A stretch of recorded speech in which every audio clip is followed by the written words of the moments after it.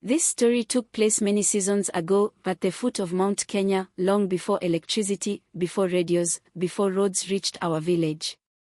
We lived in a peaceful community surrounded by tall magumo trees, endless tea farms stretching to the horizon, and a forest so deep that even the bravest hunters feared its heart. People said the forest had spirits older than our great-grandparents, spirits that watched silently, spirits that listened to every word spoken near the trees. And the most feared among them was the whispering shadow, a spirit that fed on secrets. In our village, secrets were never small. A secret could protect a family, save a marriage, prevent a curse, or start a war. Elders always said, words are stones. Once thrown, they can break a kingdom. And that brings me to a cheerful 19-year-old Luo girl, my childhood friend, the girl who talked too much, the girl who loved stories more than food, the girl who could not keep a secret even if her life depended on it. She was not a bad person. She was friendly, sharp-eyed like a Nairobi journalist, but her mouth was like a leaking pot. No matter how full you filled it, everything poured out again. If someone quarreled with their spouse, she knew. If someone planted crops late, she knew. If a family slaughtered a goat at night, she knew. Nobody understood how she got information so fast, but somehow she always did. The older women joked that her ears were blessed by gossip spirits. She laughed along, never knowing that one day the real spirits would hear her. One year, a terrible drought struck our village. The sun burned the soil until it cracked like old pottery. Rivers dried, maize withered into brittle stalks, cows grew thin, and children walked with dusty feet and hungry eyes. The elders held meeting after meeting under the old magumo tree. They tried prayers, sacrifices, dances, even visiting a medicine man from Mbu. Nothing worked. Finally, the oldest elder, a 72-year-old Kikuyu man named Mzee Karanja, spoke in a voice that silenced everyone. There is one last ritual we can try. But it must be done in complete silence. Not even the wind should hear it. People trembled. The ritual was sacred, secret, then dangerous. It had not been performed in over 50 years. Only a few elders knew the chants, then only the bravest dared enter the sacred forest at night. The elders selected 6, including our fathers, and instructed everyone, no one must follow. No one must ask. No one must speak. A single word can break the ritual. But the 19-year-old Luo girl had been listening from behind a wall, curiosity rising like smoke from hot tea. When she heard a ritual, her heart jumped like a drum. That night, while the moon hung thin and pale like the blade of a knife, the elders left quietly, carrying lanterns and calabashes of sacred water. Barefoot and silent, she followed them, moving like a shadow between the trees. I didn't know she had followed until it was too late. Deeper and deeper into the forest they went. The forest at night was different, cold, watching, breathing. The air thickened, insects were strangely quiet, and even owls refused to hoot. When they reached the sacred stone, a huge flat rock covered in ancient carvings, the elders formed a circle around it. They sprinkled water, lit herbs that produced blue smoke, and began chanting in a language she had never heard. The stone glowed faintly. A cold wind rose, making her shiver.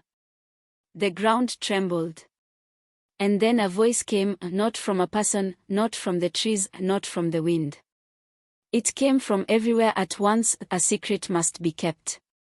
A tongue must be tamed. A debt must not be awakened. The elders nodded knowingly. But crouching behind a bush, the girl did not understand. She simply stared, wide-eyed like a child watching fireworks. The ritual ended. The elders returned silently. She reached home, shaking with excitement. She could not sleep. She wanted to tell someone, anyone, what she had seen. In the morning, she whispered everything to her closest friend. The story spread like fire in dry grass. By sunset, even the children knew about the glowing stone, the chanting, the voice. The elders were furious. They gathered again, faces as hard as granite. But before they could summon her for punishment, something strange happened. She woke the next morning unable to speak. Her lips moved, but no sound came out. She tried to shout. Nothing. She tried to whisper. Nothing. Panic followed her everywhere. Her parents took her to healers, pastors, herbalists. Nothing changed. That night, as the village slept, she heard something outside her window, a soft whisper calling her name by Shia. She froze. She pulled her blanket over her head and prayed, but the whisper grew louder. The next day, she looked frightened, shaking. By the second night, she heard footsteps behind her house. By the third, she saw a shadow crouching inside her room. Nobody believed her until I saw it myself. On the fourth night, I visited, carrying a lantern. Her house was dark except for a single candle. She sat in a corner, knees to chest, trembling. "It's behind me," she mouthed silently. I turned slowly. Shadows shifted. A shape, tall, thin, shapeless yet human, moved slightly. Its edges wavered like smoke. Its eyes, if they were eyes, glowed faintly like dying embers. I heard it breathe. Long, cold breaths that sucked warmth from the room. I nearly dropped the lantern. The shadow glided forward. I grabbed her hand, and we ran until reaching the elders' homestead. The elders had no choice. They said the whispering shadow had been awakened because she spoke a sacred secret. The spirit wanted balance, wanted what she took, a small sacred stone she had stolen that night. They decided to return her to the forest, this time with full protection. Symbols were painted on her arms, protective beads tied around her waist, and a calabash of blessed water placed in her hands. I begged to come, and after argument, they agreed. That night, the forest was still. Trees waited. The moon hid behind clouds. Silence pressed on our ears. At the sacred stone, the elders formed a circle. She stepped forward, shaking uncontrollably. The whispering shadow appeared, twice the height of a man, shapeless, swirling like smoke trapped in a jar, hungry, cold, and old. The elders chanted. The spirit roared, not with sound, but with force, sending dust and leaves flying. Lanterns flickered.